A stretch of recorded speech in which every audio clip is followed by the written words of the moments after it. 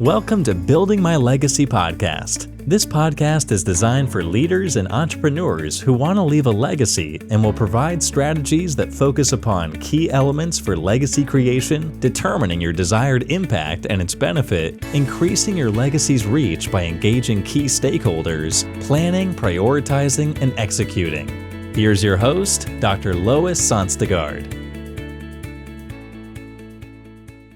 Welcome, everybody, to today's Building My Legacy podcast. I have with me today Dr. Carolyn Iscovitz. She is a marriage and family counselor. She has her PhD in psychology and marriage counseling and has spent a fair amount of time working with people in this area. And I think that as we look at legacy, I think one of the important things is what happens to our relationships. And sometimes we get so busy, don't we, Carolyn, that as we move, we forget we've got to take these relationships with us. If they have impact, if we don't. So if you would just speak a little bit about what you do, what got you into marriage and family counseling, and then we could talk about some of these issues relative to legacy building and how they impact legacy.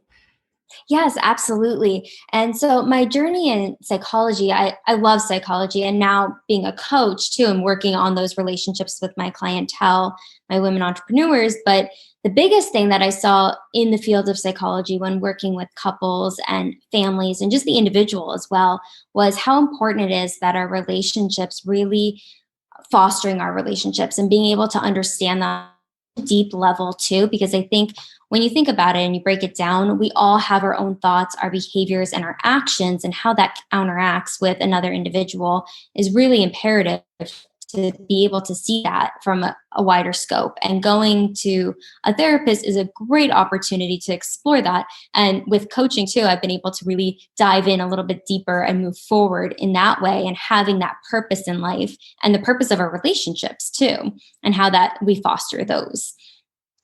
So, Carolyn, as you look at couples, families, but let's stick with couples right now, because it's easier to break them apart and take them in their pieces. As you look at couples and work with them, and people are in their career, they're thrusting towards their goals, which we all have to. We have corporate demands if we're in a corporate life. If we're entrepreneurs, we got to survive and build and grow. Otherwise, we lose things. What do you see are the biggest challenges that are brought to bear on couples? Yes, I think there's a lot of different things that happen for couples, but the common things I have seen when I'm working with my women is that this sense of purpose too, because they're building their business or they're now retiring. It depends on where they are at in life, but I think it's leaving something behind, being able to really have something of their own, because I think a lot of women struggle with sometimes the husband or the spouse was the breadwinner, and now more women are becoming the breadwinners and have been for years now. But I think there's sometimes this level of like power in a couple and being able to be equals. I think that's something that I've seen a lot recently, especially more in the millennial ages, but more in like 40 and up. I've been seeing that too with some of my clientele. But when it comes to the relationships, I think the other thing is communication.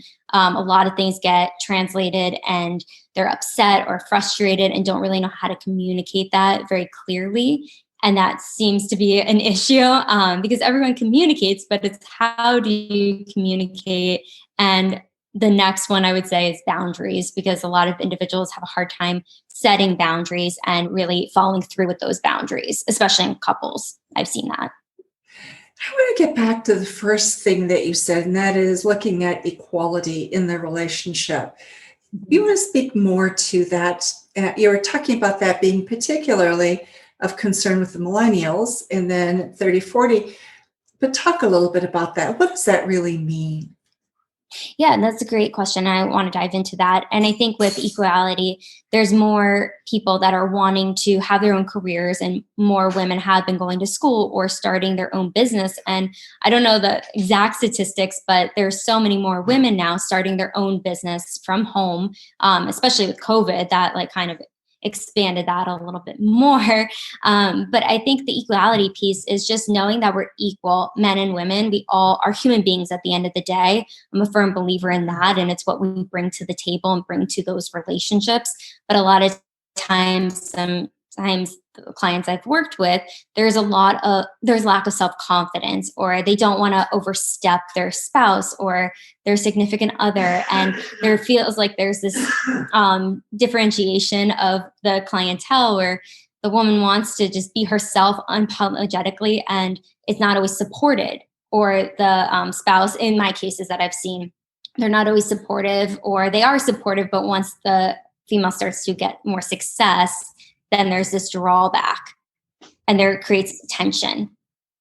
So is there a process you take people through that help them deal with those issues? Because those can be overwhelming for both parties. Mm-hmm.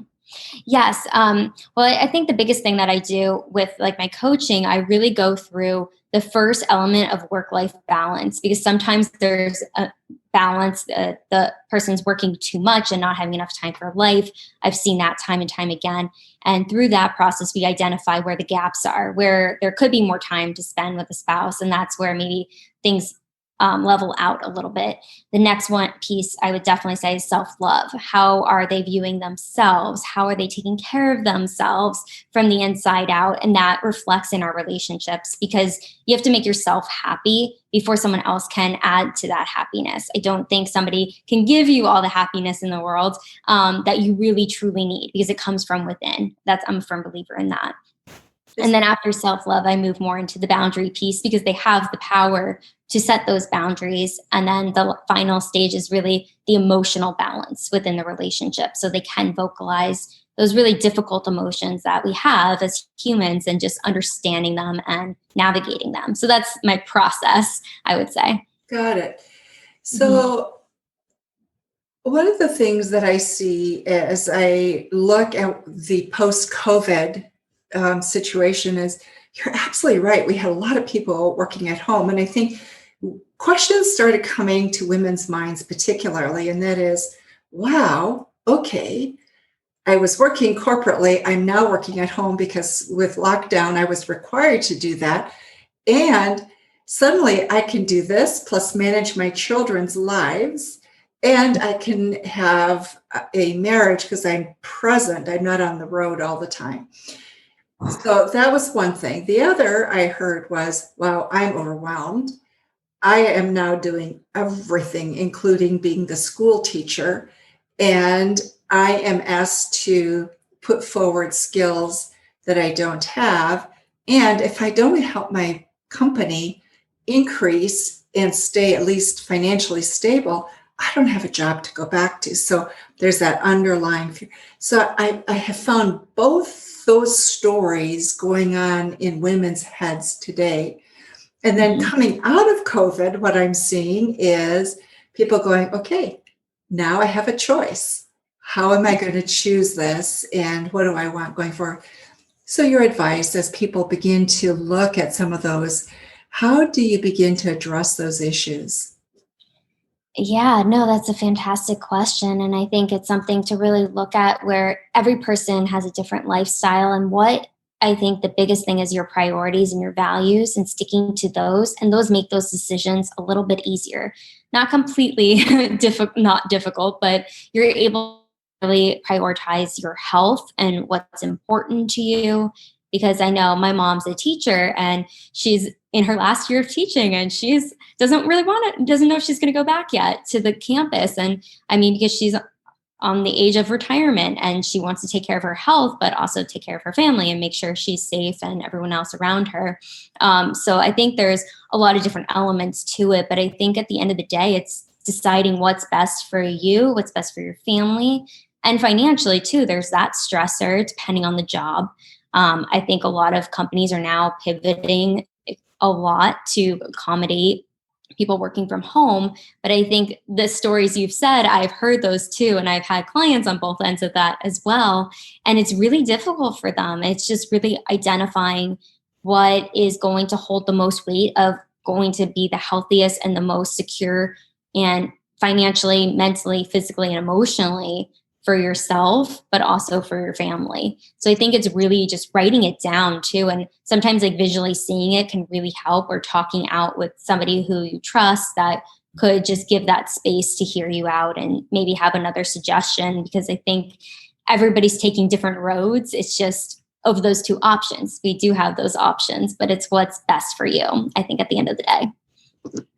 You said something else that was interesting to me and about communication. And I think whether it's been COVID or if we're in a really demanding career, we put things on hold. I'll deal with that with my significant other when. I'll deal with that misunderstanding when. And it's usually when I have time, when I'm not so stressed, when, there's a lot of things that go into that when. And at some point that when arrives. And so how do you begin those conversations when you've put things off, and there's maybe a lot of stuff underneath that there's been a lid put on? And so you can do it in a healthy way without destroying one another. Thoughts, suggestions? How do you approach this? Yeah, that is a big one. I think it is very overwhelming. It's been very overwhelming for everybody on so many different aspects. And I think it's not unraveling it all at once. And I think that has happened for a lot of my clients, some of my friends, family members, experienced it all. But what it comes down to is focusing on one step at a time, because you're not going to be able to really dive into everything that needs to be done or worked through or faced at the same time. It's baby steps. It's almost sometimes there's been like big blow ups, and then, okay, you're scrambling to fix it because now you can't leave your house and you have to deal with it. So I think people have been really challenged, but I think there's so much resilience from people that are coming from the forefront of what they've been able to adapt to. And people are stronger than they think, or mentally and physically dealing with situations that they might have not really had the time to face because they've always been on the go. And now they're in for like a house or wherever they're living and having to really face these issues. But I think it's really identifying them. And when it does get overwhelming, I always suggest journaling to like get it out first and foremost to paper, because it gets out of your head and you're not having all those thoughts ruminating in your mind. That has been really beneficial for myself, but also for my coaching clients as well. But I think the biggest thing is writing it down, having those conversations. And one big thing that I focus on with communication is active listening. I used to do it with my therapy clients, and now I do it with my coaching clients, is respond. When I think a lot of times when we're talking, we're waiting to respond versus like actively listening, of understanding. And that's where, especially with couples, it's a big one, where to be able to identify what they're really saying, but then responding from what they're saying that makes sense to you. So having that dialogue is big. Could you give an example of active listening? What would that look like? Yeah, great. So one thing would be just, let's say in a couple, for instance, the husband is upset about something, and the wife asks him to take out the trash. So she's like, "Can you take out the trash?" And he gets upset. He's like, "You're always on me about taking out the trash. What is this?" And like he storms out. He's not even listening to her because she wants her to take out the trash, but there was a deeper meaning to that. The conversation wasn't, if you preface it, there was a whole conversation before. There was an argument. And being able to he was upset, and then she's asking him to take out the trash. And what he felt was being neglected. And he felt like he was being taken advantage of because she wasn't really giving him that space to talk. So that's not really the best example. I can give you another one too. But I think the moral of the story too is when you're constantly nagging, it's not nagging, it's just things that need to be done. Or when people are upset and the fight gets blown out of proportion, there's really something deeper. It's not about the trash. It's about, okay, well, you weren't hearing me out earlier. Now I'm upset with you, versus really diving to understand what's going on in that situation. Because usually we're reacting to something when that's happening. It may be more than just the trash, right? There may Exactly. be other issues that are deeper. Hmm. I think one of the things that I've observed is communication. Often is one of those things that gets put on hold because we get so busy, Hmm. and figuring out when and how to begin those conversations also becomes difficult. We keep putting it off because it's scary, and then we put it off because it still is scary. And someday we have to meet what we're afraid of. And so, one of the things I liked about what you said was journaling, because you get the heat of the emotion down so that when you begin your discussion, you're not in the heat of it, perhaps. Speak a little bit more about that. Yeah, I think when we're upset, our emotions get the best of us sometimes, where we react without even thinking of what we're doing. It's just that initial reaction. We go kind of to the foundational piece if we haven't worked through stuff or we haven't been able to really express ourselves. But I loved what you said about the buildup, because I think a lot of people, especially more of the people pleaser or maybe on the passive aggressive side, where they're not always saying what they need to say in that moment, it builds up. And I've seen this a lot because that's how I used to be quite honest. And a lot of my clients that I see now, I've seen that time and time again. But I think it's because you don't want to offend someone or you don't want to hurt their feelings. So it becomes this buildup of just saying, like, hey, that really bothered me when you did this. If you had just done that the first time instead of like the seventh time, it's built up this resentment. So in order to journal, you're able to release it. One thing I've actually practiced with my clients is to write a letter to either the person and not having to send it, but just to get out that frustration first and foremost, or even to the feeling, like what the feeling means to you. What is anger? Why are you angry? What's upset? And by journaling, a lot of times things come out that they weren't even thinking of because their thoughts are allowed to be released. And I think the biggest thing is understanding that our feelings are valid and we're going to have feelings. And I think sometimes there's such a negative connotation to certain emotions when there really isn't. Like, they're, at the end of the day, you feel what you feel, it's acknowledging it, but then it's facing it. And it's scary, like you were saying, to face it. But I think that's the most important part in order to move forward and address the situation and acknowledge it so you can build upon that. And that also creates this vulnerability. And Brene Brown, she's one of my favorite authors. I quote her day and night, but she talks a lot about shame and guilt. And I think a lot of times anger or other emotions top onto that. And there's shame maybe of saying something, and that causes a buildup as well, or just not being able to vocalize it. So through journaling, I've seen so many of my clients excel by doing that and really seeing the benefit, because a lot of people resist me when I'm like, you need a journal. Let's try journaling. Just try it. You might like it, you might not. But I think that's the most important part, because it just gets it out of your mindset, because we have so many thoughts on a daily basis. It's just constantly going. So I think that's important to just write it out so you have that space. I think I find too, if I write things down, I'm surprised that what I thought was my emotion isn't really the emotion. There's something else that was bigger, that was behind it. And it may have nothing to do with the person that I have the emotion toward at the moment. But it's a learning. It's a process that as you go through it, you kind of have that aha. Hmm.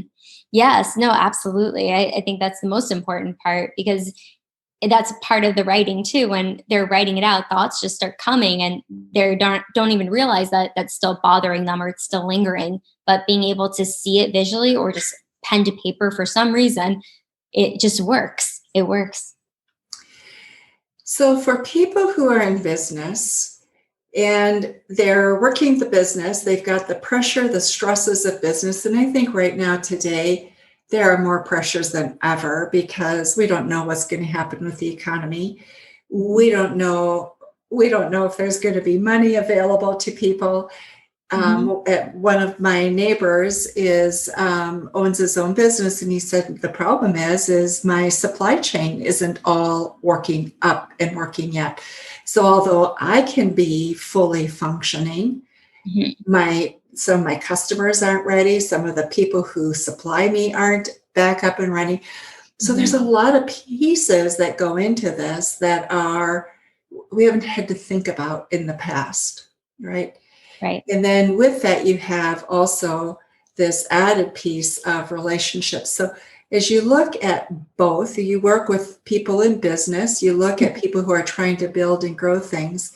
How do you help them weigh this and move through that struggle, that balance between making both work?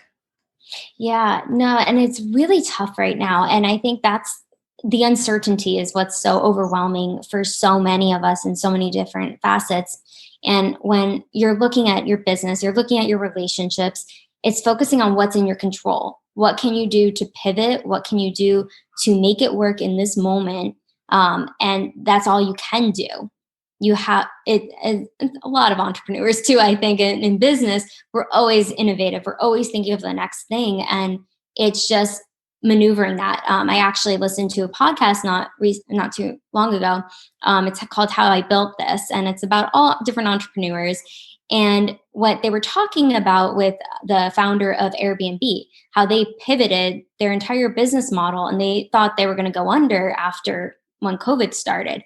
But they were able to see that the first responders, they needed homes. And since all these cancellations happened, they were able to house these first responders. And then all of a sudden, people started to take a month off because they could work from anywhere and rent out a house that was clean and ready to go. And they started making their money that way. And smaller towns started getting more business than they ever have. And just this entire thing shifted for Airbnb. And that was all about pivoting and being able to pivot and be creative in this moment, because we can only do what's in our control.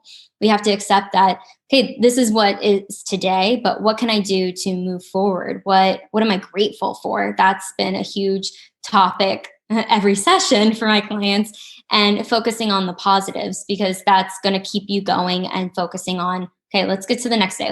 Something might change. We don't know. But in that uncertainty, all we can do is focus on what we do have in this moment, especially our relationships, because our health and our relationships, I feel like that's a foundational piece of life, because that's what fills us up. That's what connects us and makes us human. And our business is our business, but we have to really balance that out and figure out what's going to really help us get to the next day when we are in that mindset of overwhelm. I love your example of Airbnb because you're right. You're absolutely right. They were in the struggle of their life for their business and they pivoted. And I think one of the things that we don't talk about in relationships is, how do we pivot? We tend to often think things just kind of progress in a linear sort of fashion. But sometimes life brings us events that cause us to need to pivot. So how do we do that as humans at the relationship level? Yeah, I think it's different for every type of relationship, whether it's a romantic, whether it's with our friends or family. I've seen a lot of these changes personally, and that just kind of gives me more of a foundation for when I'm working with my clients, because I'm able to see it in a different light too. But I think the biggest thing is, especially you'll see this when someone's growing and someone's not, and there's a pivot in that. Somebody's like focused on all these conferences and education and personal development, and the other person's kind of stagnant.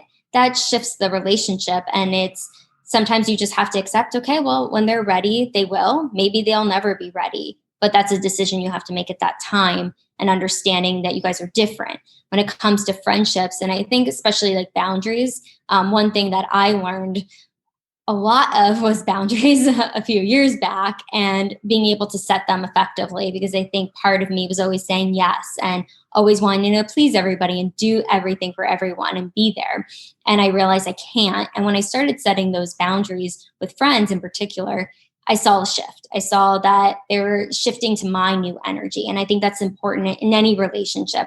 When you are shifting, you have to give the other person time to shift too, if they're meaningful in your relationship, like in your circle, in your life, because they're used to the old you, and now they have to adjust to the new you, and giving them that time. And I think in romantic relationships, I've seen this as well, where you're shifting, you're setting more boundaries, or you're changing or evolving. And I think it's just being able to evolve together. You might be going the same, you're parallel, you're both growing in whatever the other person is doing. But I think it's also acknowledging that you are different human beings, and what was the core of your relationship? What are those values of that relationship? And I always go back to that because I think it's so important, and that's how I live my life. And that's what I teach too, because I think that is foundational to understanding our relationships and the communication piece and just changing.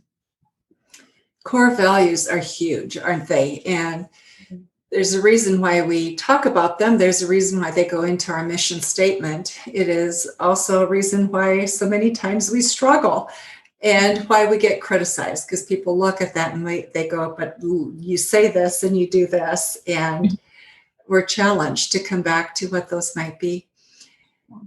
This has been really fascinating. We're soon going to run out of time. And before we do, I just want to ask you things that are really important for you that you have seen, that you've learned from working with people, that you would like to share before we have to sign out. Yes, thank you.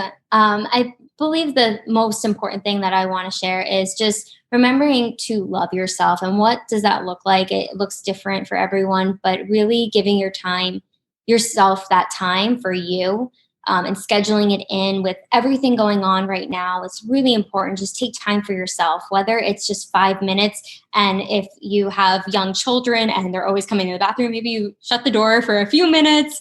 Or if it's just you need that time to read a book and have a cup of tea, or just being able to unload for a little bit and giving yourself that space. I do it something daily. So it could be anywhere from 5 minutes to an hour, 2 hours. But I always make sure I give myself that time. And that's what I always tell my clients as well. It's really important for your overall well-being. So that's the first thing. And then to remember to set boundaries. It's okay. You're not being rude or mean. It's just very important. And that's what's going to elevate yourself and just being happier too. It just levels out overall. And the other thing is your feelings are valid and you matter and you're enough. And that's the most important things. And you're enough.